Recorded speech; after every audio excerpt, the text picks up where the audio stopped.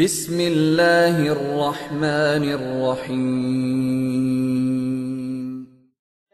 گھومن تجھ پہ نازاں علم و حکمت کی زبان، الیاس گھومن تجھ پہ نازاں علم و حکمت کی زبان، کرتی دنیا ہے فخر اب تجھ پہ ہوتی ہے نثار، کرتی دنیا ہے فخر اب تجھ پہ ہوتی ہے نثار۔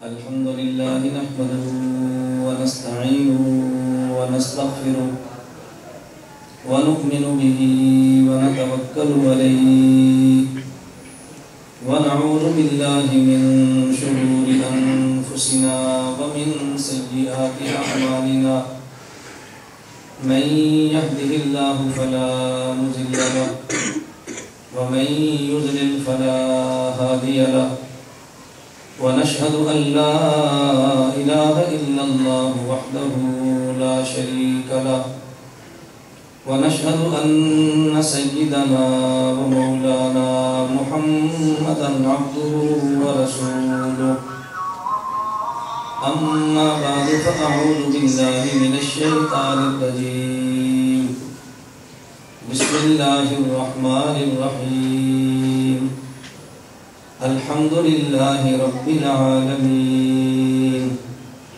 الرحمن الرحيم، مالك يوم الدين،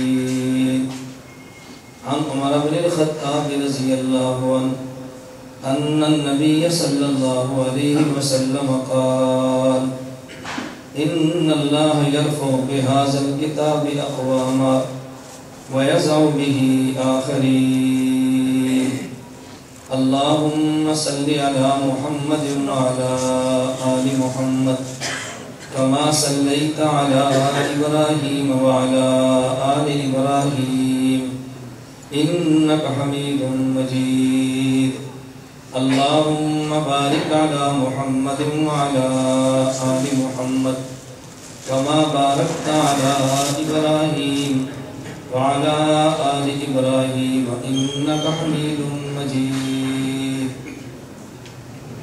میرے نہایت واجب الاحترام بزرگوں، مسلک اہل سنت والجماعت سے تعلق رکھنے والے نوجوان دوستوں اور بھائیوں، جس طرح مجھ سے قبل مولانا منصور الحق زیدہ مجدہم نے اعلان فرمایا کہ انشاءاللہ عزیز اس مسجد میں باقاعدہ ہفتہ وار درس قرآن چلا کرے گا۔ مولانا انعام الحسن جو ان کے چھوٹے بھائی ہیں، میرے شاگرد ہیں، انہوں نے مجھ سے کہا کہ ہماری خواہش ہے کہ درس قرآن کا آغاز تو کر دیں۔ میں نے کہا بھی آپ حضرات کی خواہش ہے اور ہماری سعادت ہے۔ حدیث مبارک میں ہے، نبی کریم صلی اللہ علیہ وسلم نے فرمایا: من سن سنتاً حسنتاً فلہ اجرہا و اجر من عمل علیہ، جو شخص نیک طریقہ جاری کرے، جو شخص بھی اس نیک طریقے پر چلے گا، اس جاری کرنے والے کو اجر بھی ملے گا اور بعد والوں کو بھی اجر ملے گا، اور جو شخص برا کام شروع کرے، اس برے کام کا گناہ اسے بھی ملے گا، اور جو اس پر عمل کریں گے ان کا گناہ بھی اسے ملے گا۔ اس اعتبار سے آپ تمام احباب سعادت اور مبارکباد کے مستحق ہیں کہ اس مسجد میں شروع ہونے والے درس قرآن کا جو پہلا درس ہے اس میں ہم سب نے شرکت کی ہے۔ اللہ ہم سب کا اس درس قرآن میں شریک ہونا قبول فرمائے۔ آپ کے لیے بھی اعزاز ہے اور آپ کی برکت سے میرے لیے بھی اعزاز ہے۔ اللہ ہم سب کو اس اعزاز کو برقرار رکھنے کی توفیق عطا فرمائے۔ مولانا فرما رہے تھے کہ خواہش ہے کہ ہر پیر کو بعد نماز مغرب درس قرآن مہینے میں ایک بار عالم باہر سے بلائیں گے اور 3 درس قرآن مولانا خود دیں گے۔ میں نے ان سے گزارش کی ہے اگر اللہ نے توفیق عطا فرمائی وقتاً فوقتاً آنا ہوتا ہے تو مجھے آپ فرمائیں گے تو انشاءاللہ اس خدمت کو میں اپنی سعادت سمجھ کر کبھی نہ کبھی سر انجام دوں گا۔ بہت بڑی سعادت ہے ہماری کہ اللہ ہمیں قرآن کریم پڑھنے کی، پڑھانے کی، سننے کی توفیق عطا فرمائے۔ میں نے آپ کی خدمت میں سورۃ الفاتحہ کی 3 آیات تلاوت کی ہے۔ اس کا نہیں بالکل بند ہے، ویسے اس کو ہماری کمزوری یا بیماری سمجھیں کہ جتنا سادہ سپیکر ہو اتنی بات کہنے میں بہت سہولت و راحت رہتی ہے، اس کو بالکل سادہ رہتا ہے۔ میں نے 3 آیات کریمہ تلاوت کی، الحمدللہ رب العالمین الرحمن الرحیم مالک یوم الدین۔ وقت کم ہے اور آپ حضرات کی طرف سے بھی میں نے خود ان سے گزارش کی ہے کہ آپ حضرات ہفتہ بعد درس قرآن کا دورانیہ 45 منٹ سے بڑھنے نہ دیں، 40 سے لے کر 45 منٹ رکھیں تاکہ لوگ درس قرآن میں شرکت بھی فرما سکے، بعد میں واپس جا کر اپنا تقاضا کھانا سے فارغ ہو کے عشاء کی نماز میں بھی آ سکے۔ اگر کسی نے دور کا سفر کرنا ہو تو آپ کے درس قرآن کی وجہ سے اس پر بوجھ نہ ہو، اور یہ میری رائے نہیں ہے، یہ نبی کریم صلی اللہ علیہ وسلم کی مبارک رائے ہے، صحابہ کرام رضی اللہ عنہم اجمعین کا مزاج مبارک ہے کہ دین سننے والوں پر اتنا بوجھ نہ ڈالو کہ وہ اکتاہٹ کا شکار ہو جائے۔ حضور اکرم صلی اللہ علیہ وسلم نے غالباً حضرت معاذ رضی اللہ عنہ کو مدینہ منورہ کے قریب کوئی بستی کے لوگ آئے اور امام مانگا، رسول اکرم صلی اللہ علیہ وسلم نے ان کو امام بنا کے بھیجا۔ 2-4 روز بعد وہ شکایت لا کر آگے امام کی، کبھی مختلف امام کی شکایت کریں تو شکایت سنا کریں، اس کو اپنی ذلت نہ سمجھا کریں، سنیں، اگر ان کی بات ٹھیک ہے تو قبول فرما لیں، اگر ان کی غلط فہمی ہے تو اس کو دور کر دیں، بات تو سنیں۔ نبی کریم صلی اللہ علیہ وسلم نے اپنے تربیت یافتہ صحابی کی شکایت کو سنا کہ یا رسول اللہ ہم دیہاتی لوگ ہیں، کھیتی باڑی کرتے ہیں، تھکے ہوتے ہیں، ہم رات کی عشاء کی نماز میں تو امام صاحب نے سورۃ البقرہ شروع کر دی، صحابی رسول کی خواہش کی قرآن زیادہ پڑھو، اس محبت میں لگے رہے، تو نبی پاک نے فرمایا کہ نہیں، بشروا ولا تنفروا یسروا ولا تعسروا، خوشخبریاں زیادہ دیا کرو، آسانیاں پیدا کرو، اتنی آسانیاں جو دین کے دائرے میں رہ کر، یہ آسانی نہیں کہ آپ عشاء کی نماز ہی چھوڑ دیں، اور یہ بھی آسانی نہیں کہ آپ عشاء اور مغرب اکٹھی کر لیں، یہ آسانیاں نہیں۔ آسانی کا معنی یہ ہے کہ آپ تلاوت مختصر کرو تاکہ لوگوں پر بوجھ نہ ہو، جو جتنی آسانی بنتی ہے اتنی دیں، جتنی نہیں بنتی وہ نہ دیں۔ بعض حضرات آسانی کا معنی سمجھتے ہیں کہ آج بارش ہے تو مغرب کے ساتھ ہی عشاء پڑھا دو، کیوں جی شریعت نے آسانی رکھی ہے، اتنی بھی آسانی نہیں رکھی کہ اپنا من مانی کر کے دین کا مزاج بڑھیا بگاڑ کے رکھا۔ رسول اکرم صلی اللہ علیہ وسلم فجر کی نماز پڑھا رہے تھے، پہلی رکعت میں سورۃ الفلق پڑھی، دوسری رکعت میں سورۃ الناس، پہلی میں سورۃ قل اعوذ برب الفلق پڑھ دی، دوسری میں قل اعوذ برب الناس پڑھ دی، سلام جلدی پھیرا۔ حضور فجر کی نماز میں مختصر تلاوت، اور میں پیچھے خاتون نماز میں آئی تھی، اس کا بچہ رو رہا تھا، تو مجھے الجھن ہوئی کہ اس کا دل بچے کی طرف مائل ہوگا، میں نماز مختصر کرتا یہ دیکھیں رسول اکرم صلی اللہ علیہ وسلم کا مزاج مبارک ہے، اس کا بہت خیال فرمایا ہے۔ کبھی ہم بات سمجھتے نہیں ہیں اور سارا قصور عوام کا ڈالتے ہیں کہ ان کو دین کی سمجھ نہیں۔ ایک مولانا صاحب جمعے کا خطبہ ارشاد فرما رہے تھے، گرمی کا موسم تھا، تقریر ان کو علم زیادہ ہوگا، تقریر بہت لمبی ہوگی۔ ایک بندے نے باہر سے کہا حضرت 3 بج گئے ہیں، گرمی ہے، دھوپ میں کھڑے ہیں، شفقت فرمائیں۔ کہتے ہیں اتنی گرمی سے چل نہیں سکتے، جہنم بھی کیوں چلو گے؟ انہوں نے کہا حضرت ٹریننگ کرنا سے نہیں آئے، جہنم سے بچنے کے لیے آئے، ہم جہنم میں جانے کے ایکسرسائز کے لیے نہیں آئے، ہم تو بچنے کے لیے آئے۔ اب بتاؤ اگر کوئی جائز عذر ہو تو اس کو تو قبول کر لینا چاہیے نا۔ اللہ ہمیں یہ بات سمجھنے کی توفیق عطا فرمائے۔ یار میں نے اس لیے گزارش کی ہے، کوشش کریں درس قرآن کا دورانیہ پونے گھنٹے سے اوپر نہ جائے، رغبت سے لوگ سنیں اور آئندہ درس قرآن میں آنے کا انتظار فرمائیں۔ میں نے خیر 3 آیات تلاوت کی، میں نے گزارش کی وقت کم ہے، شاید ایک آیت کو بہت وقت نہ گزر جائے، تو میں کوشش کروں گا 3 آیات کا مختصر سا خلاصہ، ہلکی سی شرح آپ کی خدمت میں عرض ہو۔ نمبر 1 الحمدللہ رب العالمین، توجہ رکھیں، الحمدللہ رب العالمین، اس کا ترجمہ بڑا آسان ہے کہ تمام تعریفیں اس اللہ کے لیے ہیں جو تمام جہانوں کا پالنے والا ہے۔ اس میں ایک لفظ سمجھے العالمین، دوسرا لفظ سمجھے رب، تیسرا لفظ سمجھے اللہ، پھر سمجھے الحمد۔ آپ کہیں بھی چلنا تو الحمد سے چاہیے، ہمارے مولانا صاحب نے الٹی بین کی شروع کر دی ہے، لیکن ترجمہ اس کا یہی کرتے ہیں کہ تمام تعریفیں اس اللہ کے لیے جو تمام جہانوں کا پالنے والا ہے۔ جہان سمجھیں، پھر رب سمجھیں، پھر اللہ ہے، پھر اس کی تعریفیں ہیں۔ توجہ رکھنا، جہان اس کائنات میں خلاصہ جو جہانوں کا ہے وہ 4 جہان ہیں۔ نمبر 1 عالم ارواح، نمبر 2 عالم دنیا، نمبر 3 عالم برزخ، نمبر 4 عالم آخرت۔ کتنے عالم ہیں؟ عالم کا معنی جہان۔ نمبر 1 عالم ارواح، نمبر 2 عالم دنیا، نمبر 3 عالم برزخ اور نمبر 4 عالم آخرت۔ عالم ارواح کا معنی وہ عالم کہ جس میں ہماری ارواح تو تھی مگر ہمارے جسم نہیں تھے، اسے عالم ارواح کہتے ہیں۔ نمبر 2 عالم دنیا، جس میں ہمارا جسم اور روح بھی ہے اور الگ الگ نہیں ہے، بلکہ روح جسم کے اندر ہے لیکن روح حرکت کرتی نظر نہیں آتی، جسم حرکت کرتا نظر آتا ہے۔ اس کی حرکت سے پتہ چلتا ہے کہ روح ہے، جب حرکت چھوڑ دے تو سمجھتے اس کے اندر روح موجود نہیں۔ اس عالم کو دنیا کیوں کہتے ہیں؟ یا دنیا دنوبن سے بنا ہے یا دنیا دناعت سے بنا ہے۔ اگر دنیا دنوبن سے بنا ہو تو دنوبن کا معنی قرب ہوتا ہے، کیونکہ یہ جہان قریب ہے بنسبت اگلے جہان کے، اس لیے اس عالم کو عالم دنیا کہتے ہیں۔ یا دناعت سے بنا ہے، دناعت کا معنی ہے گھٹیا، خسیس، یہ جو کہ عالم آخرت کے مقابلے میں انتہائی گھٹیا ہے، اس لیے اس عالم کو عالم دنیا کہتے ہیں۔ نمبر 3 عالم برزخ۔ برزخ کا معنی پردہ ہے۔ جب آدمی پر موت آئے تو موت آنے کے بعد جو جہان شروع ہوتا ہے حشر تک، موت سے لے کے حشر تک کے جہان کو عالم برزخ کہتے ہیں۔ اس میں جو کچھ ہوتا ہے وہ پردے میں ہوتا ہے، یہ نہیں کچھ ہوتا نہیں، ہوتا ضرور ہے لیکن پردے میں ہوتا ہے، اس لیے ہمیں نظر نہیں آتا۔ کافر سمجھتا ہے کہ موت کے بعد کچھ نہیں ہوتا، مومن سمجھتا ہے کہ موت کے بعد ہوتا ہے لیکن وہ ہوتا ہوا ہمیں نظر نہیں آتا کیونکہ پردے میں ہے۔ اس لیے کافر کا نظریہ یہ ہے کہ موت کا معنی ہے ختم ہو جانا، موت آئی اور بندہ ختم ہو گیا۔ مومن کے ہاں موت کا معنی منتقل ہو جانا، اس جہان سے دوسرے جہان میں چلے جانا۔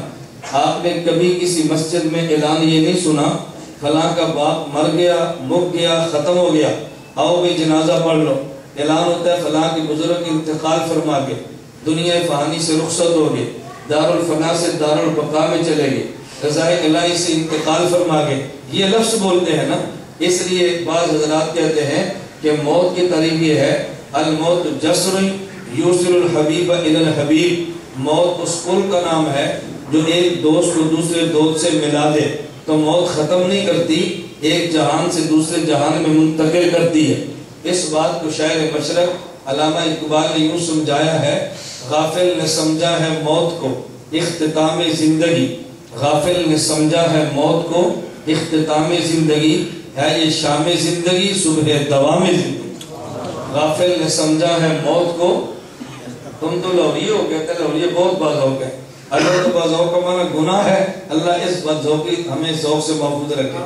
اور اگر باز ہو کا معنی کہ بات سمجھ آتی ہے تو مجھے بھی پتہ چلے آپ کو بات سمجھ آ رہی ہے، میری گزارش سمجھ رہے ہیں نا۔ تو اقبال کیا کہتے ہیں، غافل نے سمجھا ہے موت کو اختتام زندگی، ہے یہ شام زندگی صبح دوام زندگی۔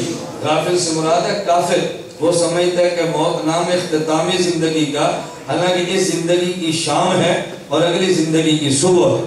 غافل نے سمجھا ہے موت کو اختتام زندگی، ہے یہ شام زندگی صبح دوام زندگی۔ تو ہمارے یہاں موت کا معنی نہیں بندہ ختم ہو گیا، ایک جہان سے دوسرے جہان میں منتقل ہو گیا، لیکن جس جہان میں گیا اس جہان پر پردہ ہے۔ اس لیے مومن سمجھتا ہے کچھ ہوتا ہے لیکن ہوتا ہوا مجھے نظر آتا نہیں ہے۔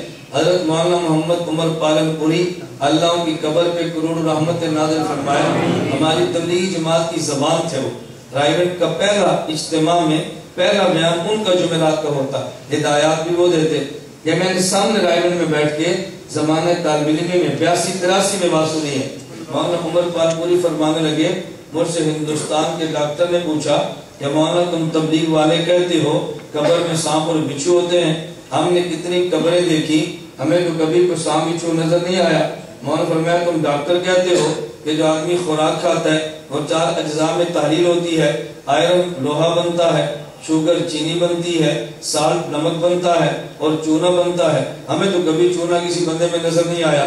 وہ ڈاکٹر کہنے لگا کہ نظر نہیں آئے گا ہے، فرمایا جب ہے تو نظر کیوں نہیں آتا؟ اگر مجھے منوانا ہے اپنے پیٹ سے 1 چمچ چینی کی نکال کے دے دو میں مان لوں گا، آدھا چمچ تم چونا نکال دو یا تم نمک نکال دو، ایک لوہا نکال دو۔ وہ ڈاکٹر کہنے لگا ہمارے بدن میں شوگر موجود ہے، دکھا نہیں سکتے کیونکہ زمین کی شوگر اور ہے اور ہمارے بدن کی شوگر اور ہے۔ فرمایا قبر میں سانپ ہے، میں دکھا نہیں سکتا، قبر کا سانپ اور ہے، اس جہان کا سانپ اور ہے۔ ظالم تیرے کہنے پہ نظر نہ آنے والا، ہم نے لوہا مان لیا، ہمارے نبی کے کہنے پہ نظر نہ آنے والا تو سانپ نہیں مان سکتا۔ موجود ہے لیکن وہ پردے میں موجود ہے، مگر وہ توجہ رکھنا پردے میں۔ ہم اس لیے کہتے ہیں کہ بس اوقات لوگ بات سمجھتے نہیں ہیں۔ آپ قبرستان میں جائیں تو سب سے پہلے کیا کہتے ہیں؟ السلام علیکم یا اہل القبور۔ یہ اگر سن نہیں رہا آپ نے سلام کیا کیوں ہے؟ کہتے ہیں دعا کی ہے۔ تو میں نے کہا قبرستان جا کر دعا نہ کرو نا، انارکلی گھر میں بیٹھ کے قبر کی طرف منہ کر دو اور کہو ابا جی السلام علیکم یا اہل القبور۔ لوگ پوچھے کیوں؟ تو جی میں نے دعا دینی تھی، یہاں سے دعا دے دی ہے، پھر وہاں جا کر تو نے دعا کیوں دی ہے؟ پتہ چلا کہ نظریہ تیرا بھی ہے تو زبان سے اقرار نہیں کر رہا۔ لوگ کہتے ہیں جی ہم نے سلام کر لیا، اس نے سنا، ہمیں تو پتہ نہیں چلا۔ میں نے کہا چلے گا کیسے؟ وہ جواب دے تب بھی پتہ نہیں چلنا۔ کیوں نہیں چلے گا؟ اس لیے کہ وہ برزخ میں، اس لیے کہ وہ پردے میں ہے نا۔ اچھا آپ انارکلی میں دکاندار ہیں، آپ کو بات سمجھانی بہت آسان ہے۔ مجھے بتائیں اگر کوئی عورت اپنے چہرے پہ نقاب اوڑھ کے پردہ لے کے اور برقع پہن کے دکان پہ ہے، اس خاتون کا چہرہ آپ کو نظر آتا ہے؟ کیوں؟ اس کو آپ کا چہرہ نظر آتا ہے کیوں؟ آپ پردے میں نہیں ہے نا۔ معلوم جو پردے میں ہے اس کا پتہ نہیں چلتا، اور جو پردے میں ہے اس کو باہر کا پتہ چل جائے تو پردے کے خلاف نہیں ہے۔ اب وہ سمجھے، ہم نے سلام کہا تو اس نے سن لیا، کوئی فرق نہیں پڑتا، لیکن وہ جواب دے تو ہم نہیں سنتے کیونکہ وہ پردے میں، ہم پردے میں نہیں ہیں۔ وَمِن وَرَائِهِمْ بَرْزَخٌ إِلَىٰ يَوْمِ يُبْعَثُونَ۔ یہ بات سمجھنے کیا مشکل ہے؟ لوگ کہتے ہیں قرآن نہیں آتا، میں کہتا ہوں قرآن بھی آئے، اللہ قرآن کی فہم بھی عطا فرمائے۔ تو عالم کتنے ہو گئے؟ نمبر 1 عالم ارواح، نمبر 2 عالم دنیا، نمبر 3 عالم برزخ۔ میں بڑی بات سمیٹ کے چل رہا ہوں۔ نمبر 4 عالم آخرت۔ یہ جو عالم برزخ ہے، اس عالم برزخ میں جسم بھی نظر نہیں آتا، اس عالم برزخ میں روح بھی نظر نہیں آتی۔ کبھی لوگ کہتے ہیں ہم نہیں مانتے، کیوں نہیں مانتے کہ جسم نظر نہیں آ رہا؟ ہم نے کہا پھر دنیا میں روح نہ مانے، روح نظر نہیں آ رہی، روح تو نظر نہیں آ رہا نا۔ یہ بدن جو حرکت کرتا ہے کہتے ہیں اندر روح ہے، میں نے کہا کون سی دلیل ہے کہ اندر روح ہے؟ اس لیے حرکت کرتا ہے۔ تو اللہ کے نبی نے فرمایا تو تم نے مان لیا، جس نبی نے فرمایا کہ اس بدن میں روح ہے، اسی نبی نے فرمایا اس قبر والے جسم کے اندر روح لٹائی جاتی ہے۔ روح یہاں نظر نہیں آتی، ہم تب بھی مان لیتے ہیں، اور روح وہاں نظر نہیں آتی تب بھی مان لیتے ہیں۔ اس کا نام ہے عالم برزخ۔ عالم برزخ میں اگر بندہ نیک تھا دنیا میں تو جسم اور روح دونوں کو ثواب ملتا ہے، اگر یہ بندہ نیک نہیں تھا تو جسم اور روح دونوں کو عذاب ملتا ہے، کیونکہ دنیا میں نیکی اکیلی روح نہیں کرتی، روح عدن بدن ملے تو پھر نیکی کو وجود ملتا ہے۔ دنیا میں گناہ تنہا بدن نہیں ملتا، بدن اور روح ملے تو پھر گناہ کو وجود ملتا ہے، وگرنہ تو ہو نہیں سکتا۔ علامہ انور شاہ کشمیری رحمت اللہ علیہ دارالعلوم دیوبند کے شیخ الحدیث کو محدث کبیر فرماتے ہیں، بلکہ خاتمۃ المحدثین کو وہ فرمانے لگے کہ روح اور جسم کی مثال ایسے ہے کہ جیسے ایک اندھا اور ایک لنگڑا ہے، یہ دونوں چوری کرنے کے لیے گئے۔ لنگڑا چل تو سکتا ہے مگر وہ دیکھ نہیں سکتا، آنکھوں سے اندھا تھا، لیکن اندھا جو ہے اس کی ٹانگیں ٹھیک ہیں، وہ چل سکتا ہے، آنکھوں سے دیکھ نہیں سکتا۔ لنگڑا دیکھ سکتا ہے، وہ چل نہیں سکتا۔ اب ان دونوں نے مل کر مشورہ کیا بھئی چوری کریں تو کیسے کریں؟ تو لنگڑے نے اندھے سے کہا کہ تم نیچے بیٹھو، میں تمہارے کندھے پر بیٹھتا ہوں۔ اب لنگڑا نیچے پہ، اندھا نیچے بیٹھا، اس کے کندھوں پہ لنگڑا بیٹھ گیا۔ اب اندھا چل رہا ہے لیکن چلانے والا کون ہے؟ لنگڑا۔ اگر یہ دیکھتا نا تو اندھا مارکے تک پہنچتا کیسے؟ اور اگر یہ دیکھا تب چلا تو لنگڑا اس کے کندھے پہ بیٹھا ہے، وہ راستہ بتا رہا ہے، اور وہاں سے جا کر مارکے کو توڑا اور توڑ کر واپس آ گئے۔ اب بتاؤ اس چوری میں صرف لنگڑا شامل ہے یہ اندھا بھی شامل ہے؟ دونوں شامل ہیں۔ جس کو سواری کہتے ہیں وہ لنگڑا ہے، اور جس کو سوال کہتے ہیں وہ اندھا ہے۔ بالکل روح اور جسم کا معاملہ ہے، یہ جسم کی آنکھیں نہیں ہے اور روح کی ٹانگیں نہیں ہے۔ جسم ٹانگ دیتا ہے اور روح اس کو آنکھ دیتی ہے۔ جس طرح لنگڑا اور انگڑا یہ دونوں مل کے جرم کریں تو سزا دونوں کو ملتی ہے، تو جب جسم اور روح دونوں مل کے نیکی یا گناہ کریں تو سزا اور جزا بھی دونوں کو ملتی ہے۔ فرق کیا تھا کہ نظر نہیں آتا تو نظر نہ آنے کا نام ایمان نہیں ہے۔ یؤمنون بالغیب، ایمان اس کا نام ہے نظر آئے تب بھی مانو، نظر نہ آئے تب بھی مانو۔ نظر آیا اور مان لیا اسے مشاہدہ کہتے ہیں، نظر نہ آیا اور پھر مانا اسے ایمان کہتے ہیں۔ نظر نہ آیا اور مانا اس کا نام ایمان ہے، نظر آیا اور مانا اس کا نام مشاہدہ ہے۔ جب فرعون غرق ہونے لگا تو فرعون موسیٰ علیہ السلام کے خدا پر ایمان لایا تھا نا، اللہ فرمائے الآن وقد عصیت قبل وکنت من المفسدین، بے ایمان تو اب مانتا ہے، دیکھ کر ماننے سے کچھ نہیں بنتا، نہ دیکھتا ہمارے موسیٰ علیہ السلام کے کہنے پہ مانتا، اس کا نام ایمان تھا۔ بہت سے لوگ کہتا میں نظر نہیں آتا، ہم نے کہا بھی تمہاری نظر کی پوزیشن ہی کیا ہے؟ اللہ کے نبی صلی اللہ علیہ وسلم نے فرما دیا نظر نہ آئے تو تب بھی مان لیتے ہیں۔ تو ایک عالم برزخ ہے۔ نمبر 4 عالم آخرت، عالم آخرت میں روح بھی ہے اور جسم بھی ہے، تو ہم چاروں عالم کو مانتے ہیں، عالم دنیا بھی مانتے ہیں، عالم ارواح بھی مانتے ہیں، عالم دنیا بھی مانتے ہیں، عالم برزخ بھی مانتے ہیں اور عالم آخرت بھی مانتے ہیں۔ الحمدللہ رب العالمین، لفظ رب پہ ذرا غور فرمائیں۔ اللہ رب العزت نے جب عالم ارواح تھا تو خدا نے یہ سوال نہیں کیا الست بِإِلَٰهِكُمْ الست بِكَرِيمِكُمْ الست نانا، فرمایا الست بربکم۔ خدا نے عالم ارواح میں سوال کیا کیا میں تمہارا رب نہیں ہوں؟ سب نے کہا جی بلا، اور یہ سب نے کب کہا؟ حکیم الاسلام قاری محمد طیب نور اللہ مرقدہ فرماتے ہیں یہ سب نے اس وقت کہا جب خدا نے پوچھا الست بربکم، کیا میں تمہارا رب نہیں ہوں؟ ارواح انبیاء بھی خاموش، ارواح صحابہ بھی خاموش، ارواح اولیاء بھی خاموش، کسی کو بولنے کی ہمت نہیں ہوتی۔ سب سے پہلے روح محمد صلی اللہ علیہ وسلم نے فرمایا بلا، اللہ میں اقرار کرتا ہوں کہ تو خدا ہے۔ حضور کی روح کا بولنا تھا، پورے انبیاء بولے، اولیاء اصحاب بولے، اس لیے میں کہتا ہوں انبیاء کو بھی کلمہ ملا ہے تو ہمارے پیغمبر کی برکت سے ملا، باقی انبیاء کا ایمان بھی ہمارے حضور کا فیض ہے۔ میں کہتا ہوں اللہ میں بات سمجھنے کی توفیق عطا فرما دے۔ حضور نے بلا فرمایا تو باقی ارواح انبیاء نے بھی بلا فرما دیا۔ دنیا میں آئے تو پھر بھی عالم ارواح ہے الست بربکم، حاجی قالوا بلا۔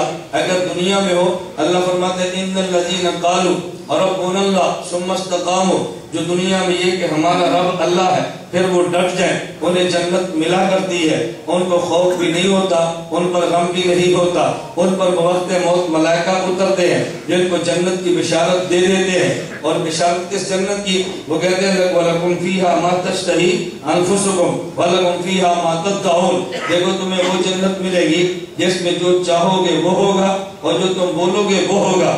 اس کا ترجمہ قاسم العلوم والخیرات مولانا محمد قاسم ننوتوی بانی دارالعلوم دیوبند نے بڑا عجیب ترجمہ کیا ہے۔ ہمارے مشائخ کا کمال یہ تھا کہ چھوٹی بات کو پھیلا بھی سکتے تھے اور پہلی بات کو سمیٹ بھی سکتے تھے۔ حضرت مولانا محمد قاسم ننوتوی رحمت اللہ علیہ فرماتے اگر کوئی تم سے پوچھے کہ جنت کی تعریف کیا ہے، آپ کسی عالم سے پوچھو، پروفیسر سے پوچھو جنت کی تعریف کیا ہے، وہ اتنی لمبی تعریف بیان کرے گا کہ آپ کے لیے یاد کرنا مشکل ہو جائے گی، جس میں نہریں ہیں، خدا کا دیدار ہوگا، حور و غلمان ہوں گے، بہت ساری باتیں کہہ دے گا۔ مولانا قاسم ننوتوی فرماتے اگر کوئی مجھ سے پوچھے کہ جنت کسے کہتے ہیں تو میں جنت کی تعریف میں کہتا ہوں کہ چھوٹی خدائی کا نام جنت ہے۔ چھوٹی خدائی کا نام کیسی تعریف کی ہے؟ چھوٹی خدائی کا نام جنت ہے۔ آپ کہیں گے بھئی یہ تعریف کہاں سے نکالی ہے؟ یہ دیوبند کے عالم نے تو حدیث اور قرآن کے خلاف بات کہہ دی ہے، کہیں پہ نہیں ہے کہ چھوٹی خدائی کا نام۔ میں نے کہا قرآن میں موجود ہے لیکن جناب نے توجہ نہیں کی۔ بڑی خدائی کسے کہتے ہیں؟ انما امرو اذا اراد شیئا ان یقول له کن فیکن، اللہ کسے کہتے ہیں؟ وہ کن فرمائے فیکن تو ہو جائے، اس کو بڑی خدائی کہتے ہیں نا۔ اور چھوٹی خدائی کیا ہے؟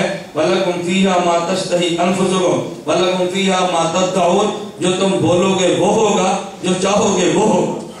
چھوٹی خدائی کسے کہتے ہیں؟ لیکن اللہ کی خدائی کے تابع ہے نا، خدا نہ چاہے تو تم چاہ بھی نہیں سکتے، اس لیے فرمایا کہ میں کہتا ہوں چھوٹی خدائی کا نام جنت ہے۔ ان الذین قالوا ربنا اللہ۔ اور جب آدمی عالم فوت ہو گیا، عالم برزخ میں چلا گیا، فرشتہ سب سے پہلا سوال کرتا ہے من ربک، بتا تیرا رب کون ہے، من نبیک، بتا تیرا نبی کون ہے، ما دینک، بتا تیرا دین کیا ہے۔ تو عالم ارواح میں سوال کیا تھا، الست بربکم، عالم دنیا میں ان الذین قالوا ربنا اللہ، اور عالم برزخ میں من ربک، بتا تمہارا رب کون ہے۔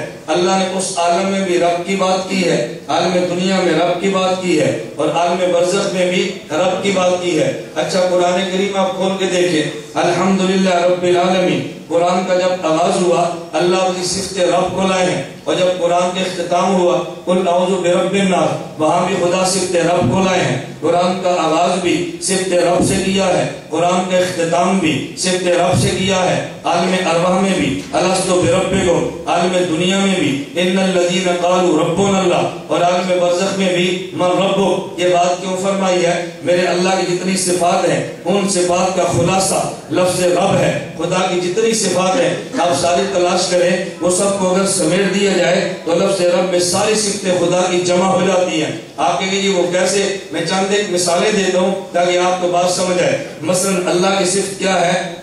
اللہ قادر ہے۔ اللہ کون ہے؟ قادر ہے۔ تو اللہ فرماتے ہیں الحمدللہ رب العالمین، دیکھو میں رب ہوں۔ رب کا معنی تربیت کرنے والا، تو جس کی تربیت کرتا ہے اگر اس پہ قادر ہی نہیں ہے تو تربیت کرے گا کیسے؟ رب وہی بن سکتا ہے جو قادر بھی ہو، اور جس کی تربیت کی ہے اگر اس کی بات نہ مانے تو اس کی سزا بھی دے سکتا ہو، اگر سزا دے نہیں سکتا تو رب بنے گا کیسے؟ اگر اس کی بات مانتا ہے اس کو جزا دے سکتا ہو، اگر نہیں دے سکتا تو رب بنے گا کیسے؟ جس کی تربیت کرتا ہے اس کے سارے احوال کو جانتا ہو، اندر کے بھی اور باہر کے بھی، ظاہر اور باطن کو نہیں جانتا تو رب بنے تربیت کرے گا کیسے؟ تو خدا ظاہر اور باطن بھی ہوا، بھیجو کہ تربیت آغاز سے انتہا تک کرنی ہے، ابتدا کو جانتا ہو، انتہا کو جانتا ہو، تبھی تو اول آخر بنا ہے۔ میں بتائیے رہا تھا اب سارے خدا کے صفاتی ناموں کو جمع کر دیں، پھر جس کی بندہ تربیت کرتا ہے اس سے محبت نہ ہو تربیت صحیح طرح نہیں ہوتی، اگر محبت ہو تبھی تربیت صحیح ہوتی ہے،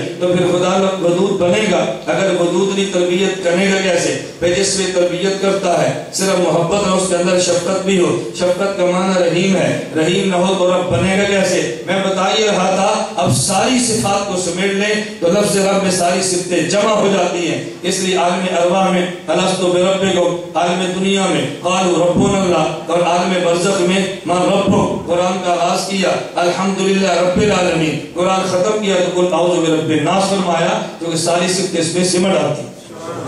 میں نے گزارش کی تھی، میں وہ سمیٹ کر بات کہہ رہا ہوں، اللہ مجھے توفیق عطا فرمائے کہ بات سمجھا سکوں، اور جو بات میں کہنا چاہتا ہوں اللہ کرے وہ بات سمجھ ہے۔ فرمایا الحمدللہ رب العالمین، تو رب کا معنی کیا ہے کہ جو تدریجاً تربیت کرے، رب کا معنی تدریجاً، بیک وقت نہیں، تدریجاً تربیت کرے۔ اللہ رب العزت اپنا نظام یوں چلاتے ہیں۔ فرمایا دیکھو عالمین کے رب یہ کون ہے؟ اللہ، یہ اللہ خدا کا اس میں ذات ہے، اور رب خدا کی صفت ہے۔ ہم اللہ کے اس میں ذات بھی مانتے ہیں اور خدا کی صفتیں بھی مانتے ہیں۔ اس نقطے کو ذرا سمجھنا، رب کا معنی ہماری زبان میں پوچھو، اللہ کا معنی ہم کبھی خدا کر دیتے ہیں، انگریزی میں جا کر پوچھو وہ گاڈ کہہ دیتے ہیں۔ بعض لوگ کم علمی کی وجہ سے یہ بات کہہ دیا کرتے ہیں بھئی خدا نہ کہنا، خدا نہ کہنا، اللہ ہی کہنا، اور مستقل اس پہ فتنے وجود میں آ رہے ہیں۔ کوئی نہ کوئی ایسا بہانہ تلاش کریں گے کہ جس پہ مسلمان کی تردید کی جا سکے۔ ہم کبھی خدا بھی کہتے ہیں، کبھی پیغمبر بھی کہتے ہیں۔ اب ایک نیا فرقہ نکلا، کہا بھی اللہ کو تم نے خدا نہیں کہنا۔ اچھا پوچھا بھی خدا کیوں نہیں کہنا؟ آپ دلیل سنیں تو بندے کو سن کر بھی شرم آتی ہے۔ کہا بھی اس لیے نہیں کہتے کہ اللہ کیونکہ ایک ہے، اللہ تو کہیں ہو ہی نہیں سکتے، اور خدا لفظ ایسا لفظ ہے کہ جس کی جمع خدا بند آتی ہے۔ ایسا لفظ استعمال نہ کرو کہ جس کی جمع آتی ہے، کیونکہ اللہ ایک ہے، زیادہ خدا کا احتمال ہی نہیں ہے۔ وہ لفظ کیوں لاتے ہو کہ جس کی جمع ہو سکتی ہے؟ میں نے اس بندے سے کہا اگر تمہاری دلیل کو مان لیا جائے پھر تو کوئی بندہ کہے گا خدا کو رحیم بھی نہ کہنا، پوچھے گا کیوں؟ میں نے کہا قرآن میں رحیم کی جمع رحم آتی ہے، پھر تو کہیں گے خدا کو رب بھی نہ کہنا، کیوں؟ قرآن میں رب کی جمع ارباب آتی ہے۔ میں نے کہا پھر تو خدا کو اللہ بھی نہ کہنا، کیونکہ قرآن کریم میں الہ کی جمع آلہتون آتی ہے۔ پھر کون سا لفظ استعمال کرو گے؟ جمع تو آتی ہے۔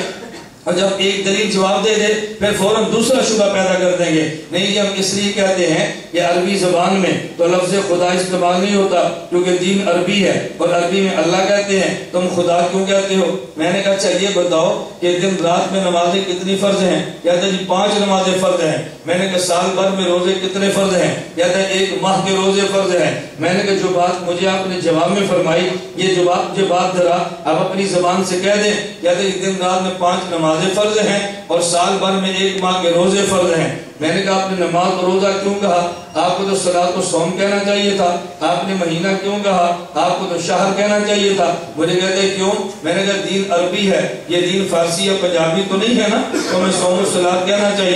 تم نے نماز اور روزہ کیوں کہا؟ کہتا ہے جب عربی میں بات کریں گے تو صوم و صلاۃ کہیں گے اور جب اردو میں کریں گے تو نماز اور روزہ بھی کہہ سکتے ہیں۔ میں نے کہا عربی میں کریں گے تو اللہ ہی کہیں گے اور جب اردو میں کریں گے تو خدا پیغمبر بھی کہہ سکتے ہیں۔ جو دلیل آپ کی وہ دلیل ہماری ہے۔ آپ دلیل دیں تو مسئلہ اور بنتا ہے، ہم دلیل دیں تو معنی کیوں بدل جاتا ہے؟ میں عرض کر رہا تھا یہ جو ہم نے کہا نا اللہ یہ خدا کا ذاتی نام ہے اور رب خدا کا صفاتی نام ہے۔ ہم خدا کی ذات بھی مانتے ہیں، خدا کی صفات بھی مانتے ہیں۔ الحمدللہ رب العالمین، تمام جہانوں کی تدریجاً تربیت کر رہے رب کے لیے ساری تعریفیں ہیں۔ تعریف کا مستحق صرف اور صرف کون ہے؟ اللہ کی ذات ہے۔ باقی لوگوں کی تعریف کرنا غلط نہیں ہے، بس اب لوگ فتوے جڑ دیتے ہیں، اصل مسئلے تک پہنچتے نہیں ہیں۔ میں ایک جگہ پہ گیا تو جیسے 2-4 دوست کھڑے ہوتے ہیں مصافحہ کرنے کے لیے، کہا جی کھڑے ہو کر تو ملنا نہیں چاہیے۔ میں نے کہا وجہ؟ کہتے شریعت کے خلاف ہے، توحید کے خلاف ہے، یہ تو شرک ہے کسی بندے کے سامنے کھڑا ہونا۔ میں نے کہا بھی کوئی اس پہ دلیل، کوئی حدیث، کوئی آیت پیش کر سکتے ہیں؟ کہا جی حدیث مبارک میں ہے، نبی کریم صلی اللہ علیہ وسلم نے فرمایا من سرہ ان یتمثل لہ النار قیاما فلیتبوأ مقعدہ من النار، کہ جس بندے کا دل کرے کہ لوگ میرے آنے پہ کھڑے ہو کر مجھے سلام کریں، اس بندے کو چاہیے کہ جہنم میں اپنا ٹھکانہ بنا لے۔ میں نے کہا اچھا حدیث مبارک میں ہے نبی پاک صلی اللہ علیہ وسلم تشریف فرما تھے، حضور کے پاس صحابہ بیٹھے تھے، حضرت سعد رضی اللہ عنہ، سعد بن معاذ یہ آئے تو نبی پاک فرمایا قوموا الی سیدکم، تمہارا سردار آ گیا کھڑے ہو جاؤ۔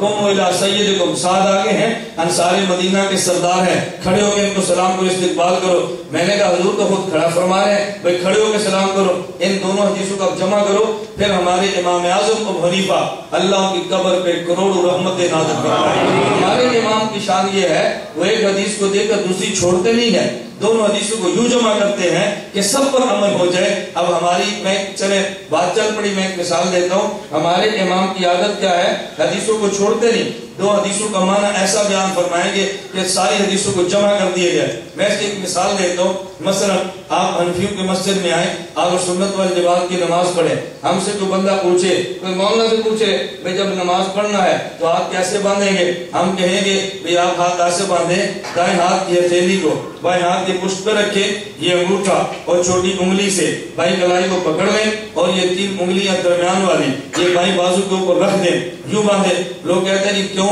ہم نے کہا ہمارے امام نے بتایا۔ کہا جی تم امام کی بات مانتے ہو نبی کی؟ میں نے کہا بات تو نبی کی ہے لیکن سمجھتے امام سے۔ بات کس کی ہے؟ نبی پاک صلی اللہ علیہ وسلم کی، سمجھتے کس سے؟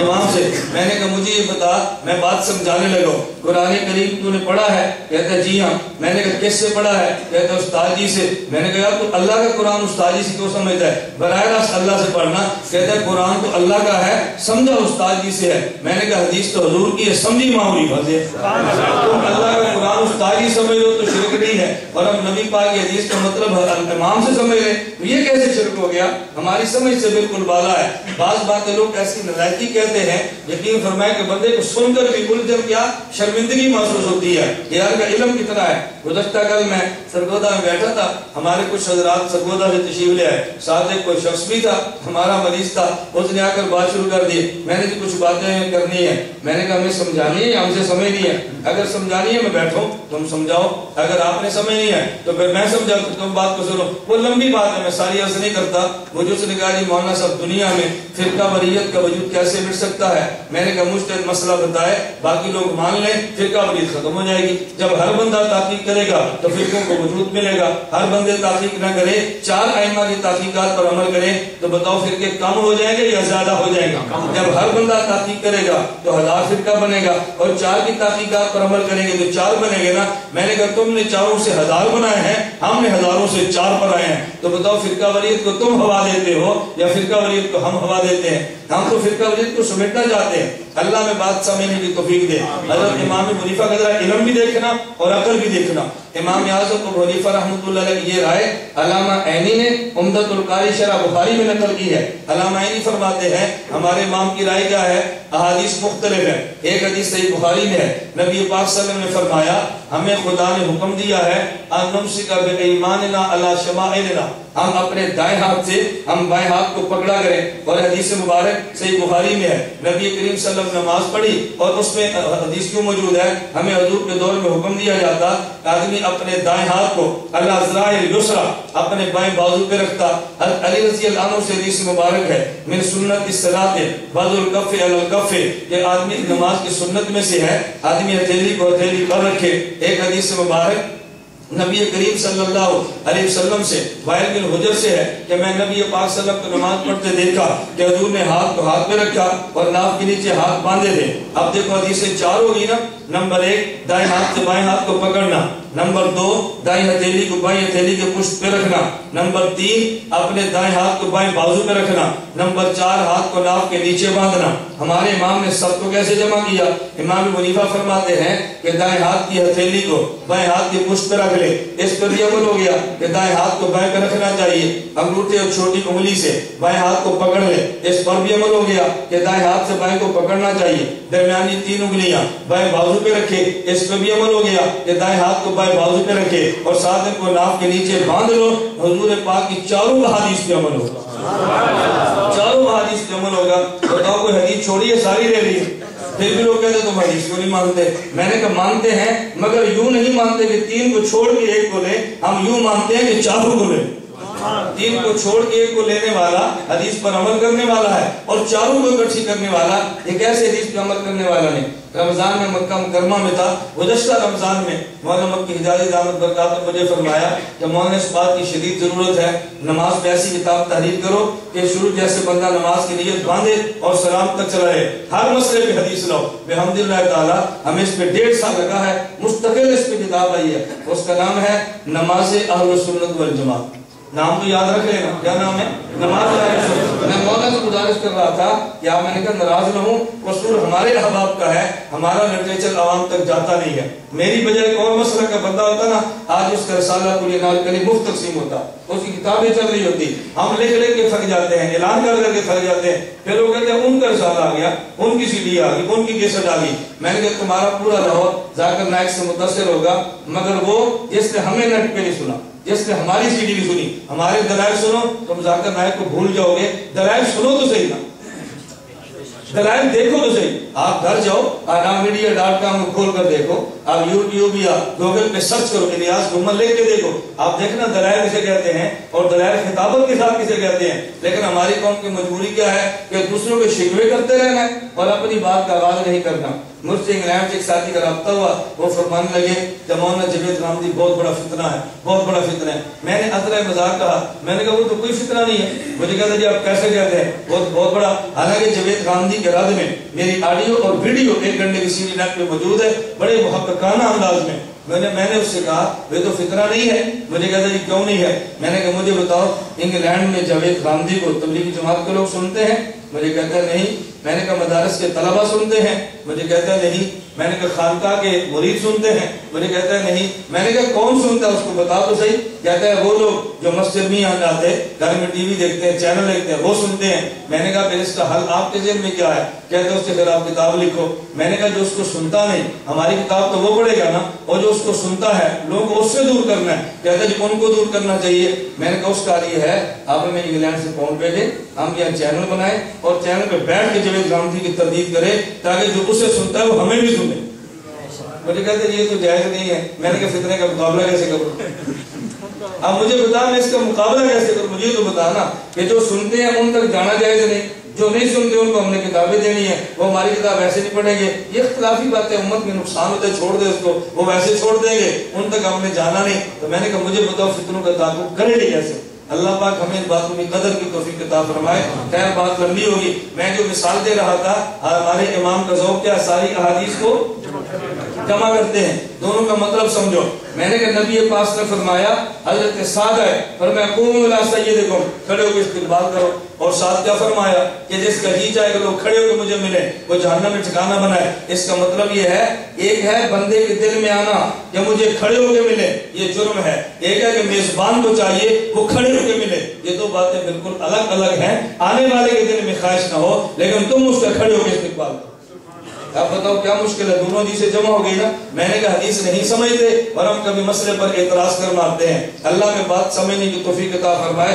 الحمدللہ رب العالمین۔ میں کیا عرض کر رہا تھا، اللہ بھی ہم کہتے ہیں، کبھی خدا بھی کہتے ہیں، جو نہیں سمجھتا وہ چھوٹی چھوٹی بات کو لے کر اعتراض کر مارتا ہے۔ ہم چاروں جہان مانتے ہیں، عالم ارواح بھی، عالم دنیا بھی، عالم برزخ بھی اور عالم آخرت بھی۔ اللہ رب العزت چاروں جہانوں، یہ تو جو ہمارے سامنے ہے، ہر جہان کو اللہ تدریجاً پالنے والے ہیں۔ نمبر 2 الرحمن الرحیم، ان دونوں کا ذرا معنی سمجھنا۔ الرحمن اور رحیم کا معنی کیا ہے؟ علماء نے لکھا ہے الرحمن کا معنی ہوتا ہے عام الرحمہ، الرحیم کا معنی ہوتا ہے تام الرحمہ۔ یہ نقطہ بڑا سمجھے، الرحمن کا معنی عام الرحمہ، الرحیم کا معنی تام الرحمہ۔ عام الرحمہ کا معنی کہ جس کی رحمت بہت عام ہو، اور تام الرحمہ کا معنی کہ جس کی رحمت مکمل ہو۔ دنیا میں اللہ رب العزت کی رحمت یہ کافر پر بھی ہے اور مومن پر بھی ہے۔ آپ کو کیا مطلب؟ اگر اللہ کی رحمت نہ ہوتی تو کافر کو ایک گھونٹ پانی کا نہ ملتا، اپنے نالائق کو نعمت دے دینا، اپنے نافرمان کو دے دینا، یہ خدا کی رحمت کی دلیل ہے نا۔ لیکن قیامت کے دن خدا کی رحمت یہ صرف اور صرف ایمان والے کو ملے گی، ایمان والے کے علاوہ کسی کافر کو رتی برابر بھی خدا کی رحمت نہیں مل سکتی۔ قیامت کے دن معاملہ یوں نہیں ہوگا، کیونکہ دنیا کا معاملہ الگ ہے، دنیا میں خدا کی رحمت ہر کسی کو ملتی ہے، اور قیامت کے دن خدا کی رحمت ملے گی تو صرف اور صرف ایمان والوں کو ملے گی۔ ہاں الرحمن کا معنی توجہ رکھنا تام الرحمہ، اور الرحیم کا معنی عام الرحمہ، جو کہ خدا کی رحمت عام ہے، وہ ہر کسی کو دنیا میں ملتی ہے۔ اس سے علماء کہتے ہیں الرحیم فی الدنیا والرحمن فی الآخرہ، دنیا میں اللہ رحیم بن کے سب کے ساتھ معاملہ فرما دیتے ہیں، لیکن قیامت کے اللہ کی رحمت کا معاملہ صرف اور صرف اپنے بندوں ایمان والوں کے ساتھ ہوگا، کافر کے ساتھ خدا کی رحمت کا معاملہ نہیں چل سکتا۔ دنیا میں کسی بندے کو رحیم عبد الرحیم ہو تو رحیم کہنے کی گنجائش ہے، اور عبد الرحمن نام ہو تو رحمان کہنے کی گنجائش نہیں ہے۔ رحمان اللہ کے ساتھ خاص ہے، رحیم اللہ کے ساتھ خاص نہیں ہے۔ لقد جاءکم رسول من انفسکم عزیز علیہ ما عنتم حریص علیکم بالمؤمنین رؤوف الرحیم۔ اللہ نے اپنے نبی کو رؤوف بھی فرمایا اور اپنے نبی کو رحیم بھی فرمایا، لیکن ایسی رحمت جو ہر کسی کو مل جائے، ہر کسی کو، اللہ قیامت کے دن صرف اور صرف رحمت کسی کو عطا فرمائیں گے؟ ایمان والوں کو، کافر کو نہیں ملتی۔ آپ بتاؤ رحمان کا معنی الگ ہے اور رحیم کا معنی الگ ہے یا دونوں کا معنی ایک ہے؟ توجہ رکھنا، دونوں کا معنی الگ الگ ہے نا۔ آپ ہماری جا کے شیخ الہند کا ترجمہ دیکھ لو، مفتر عثمانی صاحب کا ترجمہ دیکھو، لکھا ہوگا بسم اللہ الرحمن الرحیم، اس اللہ کے نام سے شروع کرتا ہوں جو بے حد مہربان نہایت رحم کرنے والا ہے۔ دیکھیں بے حد مہربان نہایت رحم کرنے والا ہے، یہ بے حد اور نہایت یہ دو لفظوں کا الگ الگ معنی بتا رہا ہے۔ ہم کبھی یہ رونا روتے ہیں بھئی تفسیر مستند عالم کی پڑھیں، جو عالم نہیں ہے، ڈاکٹر ہے، پروفیسر ہے، ہم اس کی قدر کرتے ہیں، لیکن وہ ڈاکٹر بن کے رہے، قرآن کریم کی تفسیر میں دخل نہ دے۔ کبھی لوگ کہتے ہیں نہیں آپ یہ بات کیوں کہتے ہو، میں اسی پہ جملہ کہتا ہوں۔ ہمارے پاکستان میں ایک تفسیر چلتی ہے تفہیم القرآن کے نام پہ، ابو العالی مودودی صاحب نے لکھی ہے، آپ ذرا گھر جا کے دیکھ لیں، ان الرحمن الرحیم کی تفسیر میں لکھا ہے، کہتے ہیں الرحمن کا معنی ہے، الرحیم کا مستقل معنی نہیں ہے۔ توجہ رکھیں، الرحیم کا مستقل معنی نہیں ہے، کہتے ہیں جو الرحیم ہے یہ محمد ہے، اس کا کوئی معنی تو نہیں ہے، لیکن لفظ الرحمن میں رحمانیت کا مبالغہ بیان کرنے کے لیے اللہ لفظ رحیم لائے ہیں۔ جیسے ہماری اردو زبان میں لمبا کا معنی تو ہے، تڑنگا کا معنی نہیں ہے، اور لمبا کے آخر میں لفظ تڑنگا محمد لاتے ہیں تاکہ لمبا میں مبالغہ پیدا ہو۔ کالا کا معنی تو ہے لیکن کالا شاہ کا معنی نہیں ہے. آخر میں شاہ لفظ سے محمل لاتے ہیں تاکہ کالا میں مبالغہ پیدا کرے.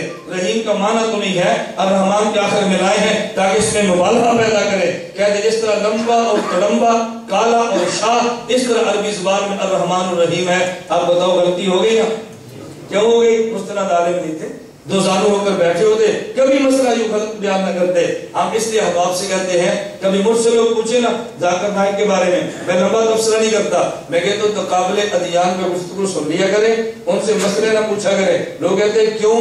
میں نے کہا بھائی مفتی نہیں ہے، تبلیغی جماعت ہماری جماعت ہے. پورے ملک میں ہمارے مشائخ کہتے ہیں تم نے فضائل سنا کے لوگوں کو مسجد میں لانا ہے، مسئلہ نہیں بتانا. لوگ مسائل پوچھے تو کہنا مولانا سے پوچھو. میں نے کہا ہماری بین الاقوامی جماعت ہے، ہم ان کو مسئلہ بتانے کی اجازت نہیں دیتے. تو بتاؤ ایک عام آدمی کو مسئلہ بتانے کی اجازت کیسے دی جا سکتی ہے؟ عالم کے ذمہ ہے مسائل بتانا. نمبر 3 اور آخری بات فرمائے مالک یوم الدین. توجہ رکھیں، مالک یوم الدین، اللہ مالک ہے قیامت کے دن کا. ایک ہوتا ہے مالک، ایک ہوتا ہے قاضی. خدا نے یہ نہیں فرمایا قاضی یوم الدین، فرمایا مالک یوم الدین. اللہ قیامت کے دن فیصلہ جج بن کے نہیں فرمائیں گے، اللہ قیامت کے دن فیصلہ مالک بن کے فرمائیں گے. مالک کی حیثیت اور ہوتی ہے اور جج کی حیثیت اور ہوتی ہے. دو فرق سمجھے. نمبر 1، جج قانون کا پابند ہے، مالک قانون کا پابند نہیں ہے. جج کی عدالت میں کیس چلا جائے وہ قانون کے مطابق فیصلہ کرنے کا پابند ہے. مالک کی عدالت میں کیس چلا جائے تو مالک قانون کے مطابق فیصلہ کرنے کا پابند نہیں. وہ چاہے تو قانون کو دیکھے، چاہے تو خصوصی اختیارات کو دیکھے اور مجرم اور ملزم کو معاف کر دے. آپ کی یہاں انارکلی میں بہت بڑی دکان ہے، اس دکان میں 1 دن چوری، 2 دن چوری، 1 ماہ سے چوری چل رہی تھی. آپ نے دکان پہ ایک بندہ رکھا، ذرا چور کو پکڑو. اس نے محنت کر کے چور کو پکڑا، FIR درج کرائی، بندہ تھانے میں گرفتار ہوا، عدالت میں لے گیا. 4-5 دن عدالت میں بحث چلتی رہی اور آپ کے اس ملازم نے اس کی چوری ثابت کی ہے، دلائل سے ثابت کی ہے اور کوئی گنجائش اس میں نہیں چھوڑی کہ جس میں جرا کے بعد اس کے بری ہونے کی صورت نکل سکے. لیکن جج پھر کہہ دے باوجود اس کے اوپر چوری ثابت ہے، میں پھر بھی بری کرتا ہوں. پورا لاہور روڈ پہ نکل جائے گا کہ جب چوری ثابت ہے تجھے کس نے اختیار دیا ہے معاف کرنے کا؟ تو جج ہے، تو قانون کا پابند ہے. جب جج بری کرے نا کہتے ہیں شک کا فائدہ دیتا ہوں، استغاثہ شہادت کامل نہیں پیش کر سکا. دنیا میں کوئی جج یہ نہیں کر سکتا کہ تمہاری چوری گواہوں کے ساتھ ثبوت موجود ہے لیکن میں ایسے جج اس کو معاف کرتا ہوں. یہ جج معاف نہیں کر سکتا. لیکن آپ کا ملازم چور کو پکڑے اور آپ کے پاس لے آئے اور کہ جس نے چوری کی ہے میں ثابت کرتا ہوں، 3 گھنٹے آپ گفتگو سنیں، وہ چوری ثابت کر دے. آپ چوری سننے کے بعد کہیں بالکل ثابت ہے، اس لیے ہماری جوتیاں چوری کی ہیں لیکن میں پھر بھی اس کو معاف کرتا ہوں. آپ کی دکان کا ملازم کہہ دے آپ کون ہوتے ہیں معاف کرنے والے؟ آپ کہیں گے بیٹا میں جج نہیں ہوں، میں دکان کا مالک ہوں. میں جج نہیں ہوں، میں دکان کا مالک ہوں. جج قانون کا پابند ہے، میں قانون کا پابند نہیں ہوں. جاؤ میں تمہیں معاف کیتا، میں مالک ہوں، کوئی اس کے خلاف احتجاج نہیں ہو سکتا. اللہ مالک یوم الدین ہے یا قاضی یوم الدین؟ قیامت کے دن میرے اور آپ کے نامہ اعمال میں ہزاروں گناہ موجود ہوں گے. خدا جج نہیں ہے کہ قانون کا پابند ہے. قانون چاہے سزا دے دے اور چاہے تو مالک ہونے کی وجہ سے معاف کر دے. فرشتہ بھی نہیں کہے گا اللہ گناہ لکھتے رہے تو نے کیسے معاف کیا. میں مالک ہوں، جج تو نہیں ہوں نا. میں مالک ہوں، میں جج نہیں ہوں. میں اس لیے حدیث نہیں پیش کرتا، میں صرف اشارے آپ کو دے رہا ہوں. ایک حدیث مبارک میں ہے نبی پاک نے فرمایا قیامت کو خدا کے بندے کو لائیں گے، یہ گناہ کیا، کامتا وہ کہہ دے گا جی اللہ کیا.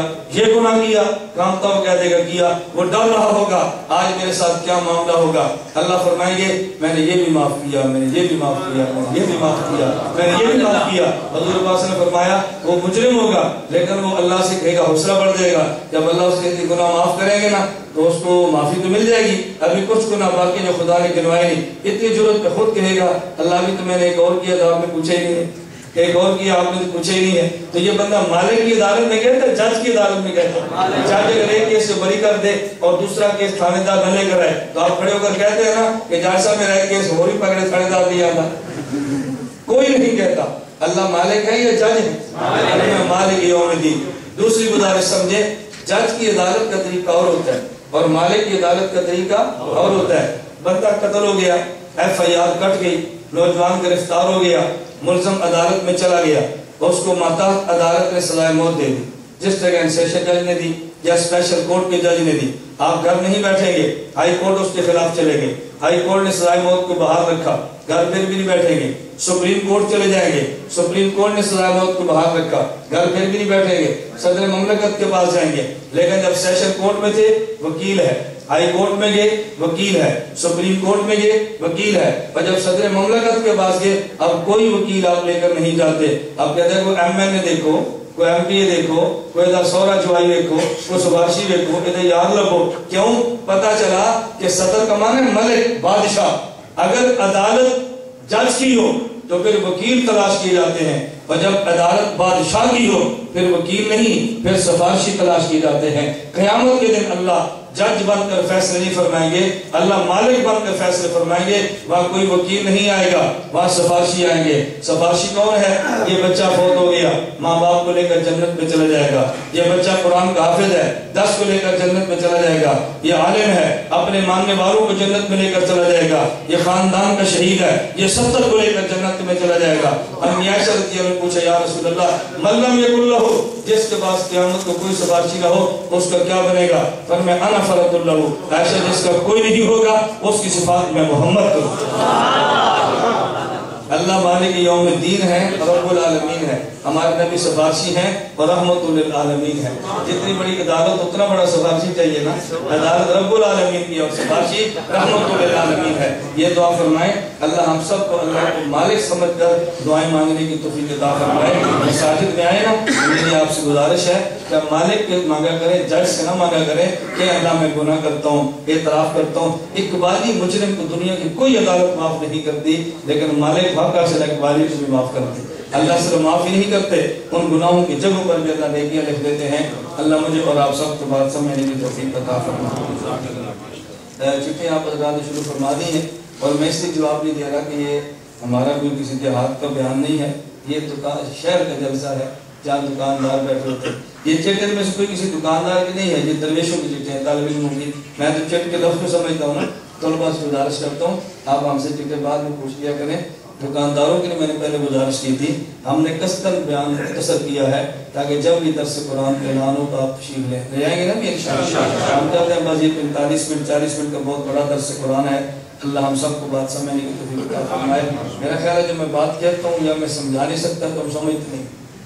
میں اگر ابھی کھڑک کہہ دوں نا بھائی جو یہاں دکاندار ہیں اس چٹ کا بتائیں، ان کو نہیں پتا اس کا مطلب کیا ہے، تو جب ان کی متعلقہ نہیں ہے تم کیوں نہیں چٹیں لکھتے ہو؟ جو چٹیں تمہارے متعلقہ مولوی بھی تم مجھ سے فون میں پوچھ لیا کرو۔ میں انشاءاللہ ہر انگریزی ماہ کی 12 تاریخ کو جامعہ حقانیہ لاہور کینچی امر صدو یہ والٹم روڈ پہ پیکیجنگ فیکٹری کے ساتھ آتا ہوں، ہر انگریزی ماہ کی 12 کو یہ ساری چٹیں آپ لے کر آنا، میں وہاں اس کے جواب دیں گا۔ میں گزارش کرتا ہوں کم از کم یہ سوچ لیا کرو کہ درس قرآن کس جگہ پر ہے، کس ماحول میں ہے، سننے والوں کو کتنا وقت ہے، اس سے کیا فرق پڑتا ہے۔ اللہ میں بات سمجھنے کی توفیق عطا فرمائے۔ وآخر دعوانا ان الحمدللہ رب العالمین۔ ہماری آپ سے بھی گزارش ہے جس طرح درس قرآن میں آپ نے اعلان کیا ہے، نماز اہل سنت والجماعت، نماز کے مسائل کی بہترین مدلل کتاب باہر موجود ہے، آپ حضرات اس کتاب کو ضرور خریدیں اور ضرور مطالعہ فرمائیں۔ سیریز موجود ہے، فقی ہمارا ماہانہ رسالہ نکلا ہے، بناتا اہل سنت خواتین کے لیے ہے، آپ حضرات اس فقی رسالے کا ایک بار مطالعہ فرما لیں ضرور، انشاءاللہ اللہ نے چاہا تو آپ کو بہت فائدہ ہوگا۔ الحمدللہ رب العالمین، والصلاة والسلام علی رسول وعلی آلہ وصحبہ اجمعین۔ اللہ کریم ہم سب کو گناہوں کو معاف فرما دے، خطاؤں سے درگزر فرما دے، جائز حاجات کو پورا فرما دے، مشکلات کو دور فرما دے۔ اے اللہ درس قرآن کو تسلسل کے ساتھ ان حضرات کو چلانے کی توفیق عطا فرما۔ جو حضرات تشریف لائے ہیں اس درس قرآن کو ان کے لیے مستقل صدقہ جاریہ بنا دے۔ مولا کریم ہم سب کا خاتمہ بالایمان فرما، جتنے بیمار ہیں ان کو صحت عطا فرما، حضور اکرم صلی اللہ علیہ وسلم کی ہم سب کو شفاعت نصیب فرما۔ وصلی اللہ تعالی علی رسولہ خیر خلقہ محمد و آلہ و صحابہ اجمعین۔